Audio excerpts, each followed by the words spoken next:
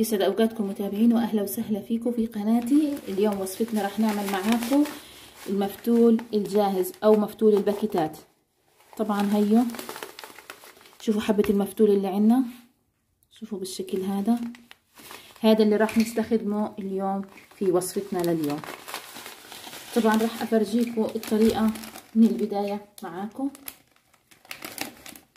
راح نقص بالشكل هذا. طبعا احنا مش راح نديره مباشرة، لازم نعايره عشان نعرف قديش نحط مية لباكيت المفتول الجاهز. هينا مثل ما انتم شايفين حطينا طبق، وراح نحط المفتول بنعايره داخل الطبق. تقريبا اجى معانا صحن مليان كيلو المفتول الجاهز او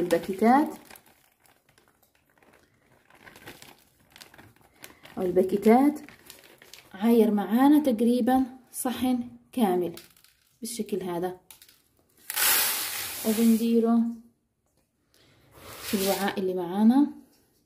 وهلا راح نعاير عليه بنفس الطبق اللي عايرنا فيه.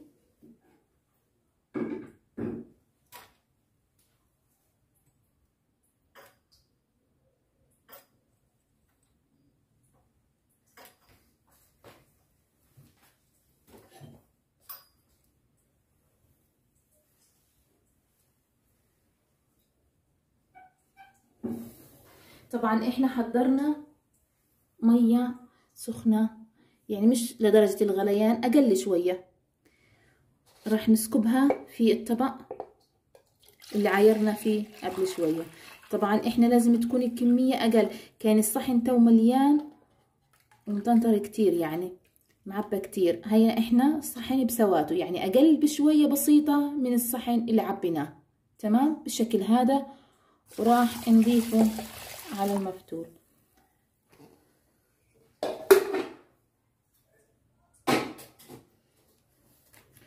طبعا مثل ما انتم شايفين هلا راح نترك المفتول يتشرب كل المية اللي ضفناها.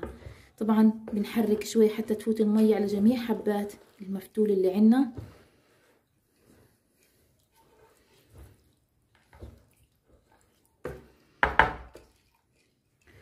حاول نحرك بالشكل هذا حتى تتفتح معانا حبات المفتول. طبعا احنا راح تتفتح معانا حبات المفتول بشكل كامل، ما عدا عقدة بسيطة بتضلها بحبة المفتول، عقدة بسيطة بتضلها، هذه بنستويها. العقدة البسيطة اللي بتضل بحبة المفتول بنستويها على البخار. تمام، يعني احنا مش حابين انه تتفتح الحبة بشكل كامل كلها، لا احنا بنخليها تتفتح تقريبا 3/4 الحبة، والربع الاخير بنستويه على البخار في طنجرة المفتول على الغاز. طبعا مثل ما انتم شايفين راح اتركه تقريبا من 10 دقائق ل 15 دقيقة، وراح ارجع لكم من تاني وافرجيكم كيف الحبة المفتول اتغير شكلها وكيف تشربت المية اللي معانا.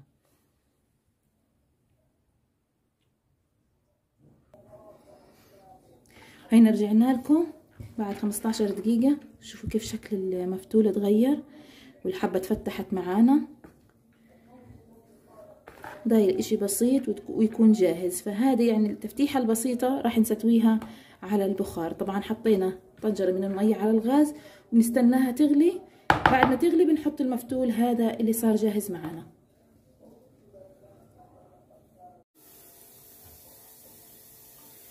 وهلا مثل ما انتم شايفين رجعنا لكم. المفتول طبعا اتفتح معانا مثل ما فرجيتكم قبل شويه، والميه هلقيت غلط. قلت راح نجيب المصفاه تبعت المفتوليه. المصفاه هيها حضرناها، وهلا راح نضيف نص الكميه من المفتول. طبعا ما بنخلي فيه اي كتاوير، بنحاول نفرك الحبات وننزل شويه شويه.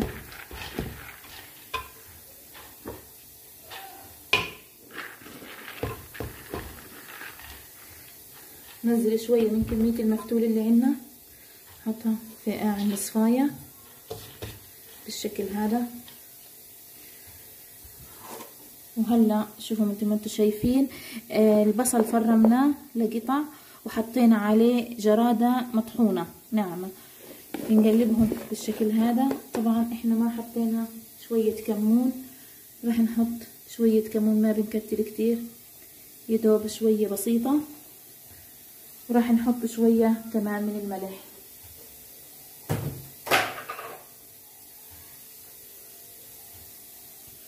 تقريبا شوية ملح. نقلبهم مع بعض بالشكل هذا. هاي التتبيلة كتير حلوة، بتعطي طعم كتير حلو ورهيب للمفتول، تخلي طعم المفتول كتير زاكي. ونضيف التتبيلة على المفتول بالشكل هذا. طبعا بضل شوية، نحط شوية مفتول في قلبه، نشوحها بالشكل هذا لناخد كل كمية الجرادة اللي معنا. تعطي طعم كتير حلو الجرادة للمفتول. وهلا راح نضيف باقي المفتول اللي معنا. طبعا يكون شوي مثلا ملزق من تحت، فبنحاول نفركه بالشكل هذا.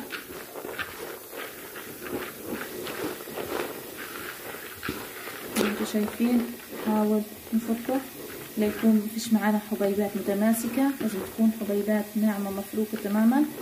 وبنضيفه فوق دقة البصل والجرادة اللي حطيناها.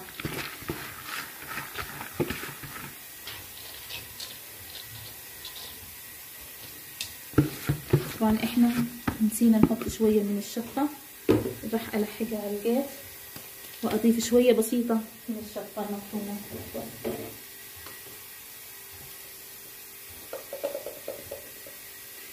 شوفوا هاي بالشكل هذا نتفة بسيطة، بنضيفها وبنحركها كده بالشكل هذا مع الخلطة اللي معانا. نفوت البصل لجوا حتى يستوي.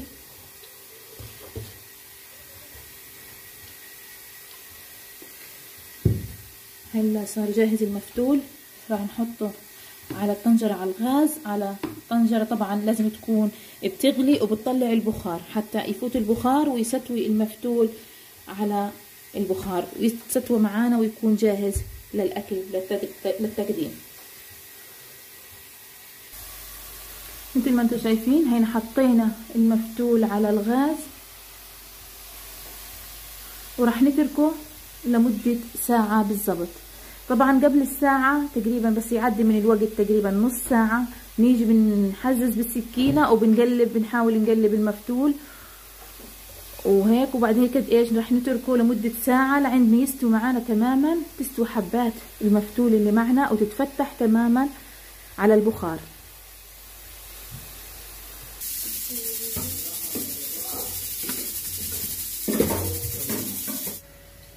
مثل ما انتم شايفين هنا بنعمل اليخنة تبعت المفتول. طبعا احنا فرمنا 4 حبات بصل مع حبتين بندورة. طبعا التفريمة بنخليها التقطيع بالشكل هذا مثل ما انتم شايفين كبيرة.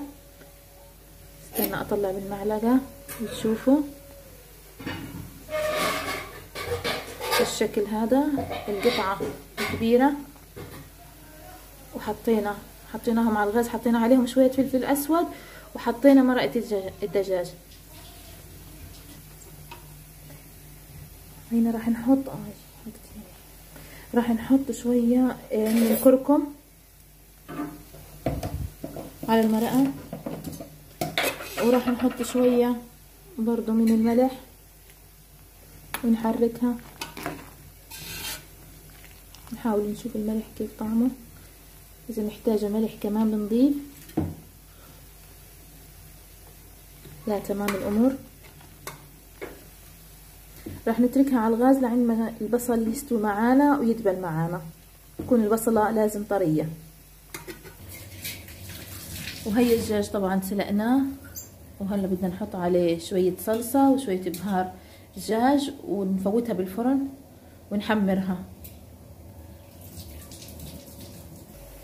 ورجعنا هينا لليخني، راح نحط عليها معلقة كبيرة من صلصة البندورة، تعطي طعم كتير زاكي لليخني. مثل ما انتم شايفين ضفنا معلقة الصلصة وبنرجع للمفتول. راح نحزز مثل ما حكيت لكم، تقريبا صار له نص ساعة على الغاز. شوفوا مثل ما انتم شايفين لما بنحزز وبنقلب من تحت بيطلع البصل والدقة، وما تتخيلوا قديش الريحة كتير حلوة عندي. شو ما احلى الدقة اللي حطيناها على المفتول، كتير رهيبة وكتير حلوة ريحتها، تعطي نكهة وطعم كتير للمفتول. يعني انا بصراحة يعني الكل معتمد طريقة المفتول تبعتي لانها كتير يعني زاكية، وريحة الدقة والتتبيلة اللي بحطها على المفتول تخلي نكهة المفتول كتير طيب وكتير زاكي. مثل ما انتم شايفين هنا قلبنا المفتول، قلبناه من جميع النواحي حتى يستوي من تحت ومن فوق. بنتركه شوية وبنرجع له بعد نص ساعة، بكون صار له تقريبا ساعة كاملة وبكون استوى وجاهز للتقديم. مثل ما انتم شايفين هينا حضرنا الدجاج، وهينا دهنا عليه الصلصة وبهار الدجاج، ودهناه بالفرشاية بالشكل هذا. وهلا راح نفوته بالفرن. شوف ما احلى شكله. هلا بنفوته بالفرن وبتحمر معانا، بيطلع شكله كتير حلو نفس المحلات والمطاعم. مثل ما انتم شايفين حطيناه وفوتناه بالفرن بعد ما دهنا عليه الخلطة، وراح نتركه لعند ما يتحمر. طبعا احنا مشغلين الشواية بالفرن حتى تحمروا من فوقه وبس. هينا رجعنا لكم من تاني، لقيت استوى معانا المفتول. راح نجيب مصفاية نسكبها بالصينية. مثل ما انتم شايفين استوى معانا ما شاء الله، ما تتخيلوا قديش الريحة كتير حلوة عندي. راح نحط المفتول نسكبه بالصينية بالشكل هذا، ونحضر الزبدة عشان نحطها على المفتول وهو سخن. لازم الزبدة نحطها على المفتول وهو سخن لتذوب معانا وتعطي نكهة كتير طعم زاكي ونكهة كتير طيبة للمفتول، وريحة كتير حلوة. ريحة الزبدة على المفتول أول ما يستوي بجنن بتكون.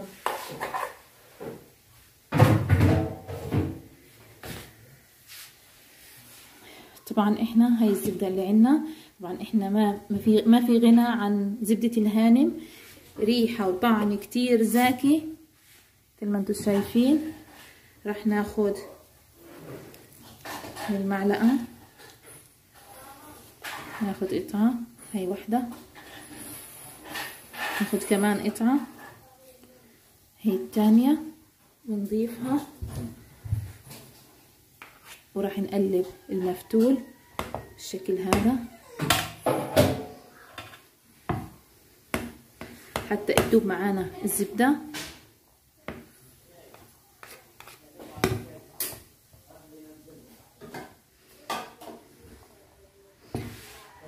بالشكل هذا بنحاول نقلب المفتول حتى تذوب معانا الزبدة. على سخونة المفتول بتذوب الزبدة معنا. شوفوا ما أحلاها، ما تتخيلوا قديش ريحة المفتول مع الزبدة كتير حلوة، كتير كتير حلوة وبتشهي.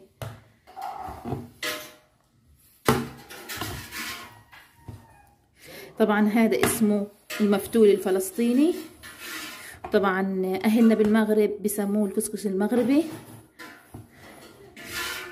مثل ما انتم شايفين حضرناه وجهزناه معاكم بطريقة سهلة أو بسيطة، ما بغلي كتير. ومثل ما انتم شايفين لو مشيتوا على نفس الطريقة اللي عملتها معاكم اليوم راح يزبط معاكم من أول مرة. وطبعا كل ست يعني لسه ما بتعرفش للأكلات والطبخات ممكن تتابع قناتي وتنتظر أجمل الأكلات والوصفات حتى تتعلم معانا جميع الأكلات والوصفات اللي بننزلها معاكم. مثل ما انتم شايفين صار جاهز معانا. نحاول ندوق شوية. شوفوا ما أحلاه، شوفوا الحبة صارت بتلمع، غلفناها بالزبدة. طبعا ما تتخيلوا قديش الطعم بيكون زاكي. راح نحاول ندوق شوية، ما تتخيلوا قديش الطعم زاكي بجنن بشهي. مثل ما انتم شايفين هلا راح نسكب عليه اليخني اللي حضرناها قبل شوية. مثل ما انتم شايفين حضرنا اليخني، وهلا راح نسكبها على المفتول. طبعا اليخني حطينا عليها الحمص والبصل والبندورة وشوية الصلصة، وسبكناها وستوينا البصل على مرقة الدجاج. طبعا ما ضفنا مية عادية، ضفنا مرقة الدجاج، بتعطي طعم كتير زاكي لليخني.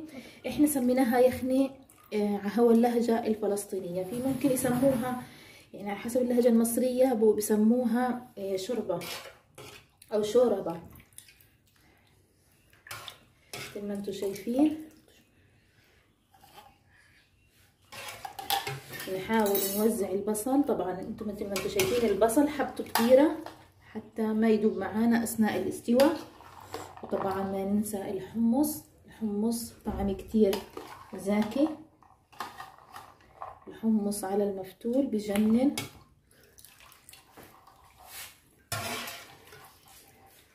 نحط البصل نحاول نوزعه على الوجه كله. طبعا نحط البصل وهذا وبنشرب شوية من اليخني في المفتول بالشكل هذا، وزعناه على الوجه بالشكل هذا. وهلا بنضيف كمان كم من صحن من الشوربة، شوربة اليخني او شوربة المرقة هاي والبصل. طبعا جنب الاكل هذا بتقدم زي ما انتم شايفين. هنا حطينا عبينا بالصحن، نضيف شوية حمص كمان عليه، طعم كتير زاكي. زي ما انتم شايفين حضرنا هاي صحن نحطه بالجنب هذا على السفرة. نحضر كمان صحن طبق تاني. طبعا بنضيف يخني وبنضيف حمص وبصل.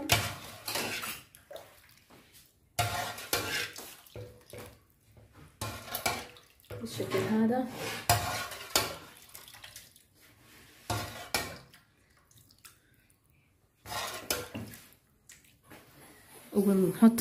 نحط الشوربة على جنب. طبعا ما ننسى طبق الدجاج اللي حمرناه وشويناه. طبعا نملقط شوية بالله، راح نضيفه على المفتول. نمسك الفخدة ونضيفها على المفتول، نمسك هاي كمان قطعة، نمسك هاي كمان طبعا المفتول بالشكل هذا. نحاول نوزع القطع على وجه المفتول بالشكل هذا. وبهيك صار جاهز لليوم وصفتنا لليوم، وصفة المفتول الفلسطيني. بهيك صار جاهز معانا وصفة المفتول الفلسطيني، عملناه وحضرناه معاكم بطريقة سهلة وبسيطة. طبعا اليوم احنا استخدمنا المفتول الباكيتات، طريقة سهلة وبسيطة، وفرجيناكم كيف المعيار وكل المكونات والمقادير. وصحة وهنا على قلوبكم أحلى متابعين، وشكرا على المتابعة، ويعطيكم ألف عافية، والسلام عليكم ورحمة الله وبركاته.